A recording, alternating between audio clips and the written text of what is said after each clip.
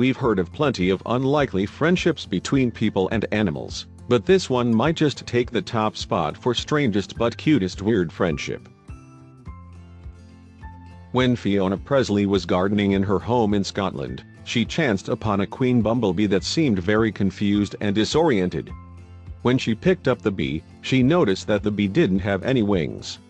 Fiona tried to help her by giving her a bit of sugar water and gently placing her on top of one of her flowers. A few hours later, Fiona came back around and noticed that the bee hadn't moved.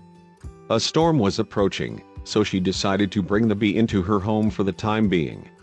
She rung up the Bumblebee Conservation Trust herself to ask for advice, and after some discussion, they came to the conclusion that the bee had a rare virus that prevented her wings from developing, meaning she wouldn't survive long if left out in the wild.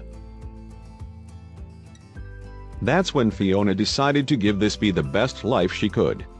She set up a small little garden for the bumblebee, who she decided to officially name Bee, full of flowers that could be easily walked onto.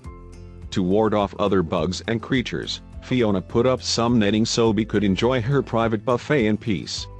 Fiona stopped by often to provide Bee with sugar water when needed and to bring Bee in when the weather was looking sour. But Fiona couldn't help noticing a bond forming between her and Bee.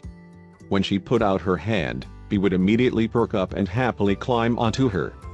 Being part of a species of very sociable insects, it's not hard to imagine that Bee genuinely enjoyed the company of another creature. Most queen bumblebees pass away when autumn comes around, but Bee outlived them, proving that the care given to her was what was keeping her so alive. Sadly, eventually, 5 months after being rescued, Bee went to sleep in Fiona's hand and never woke up.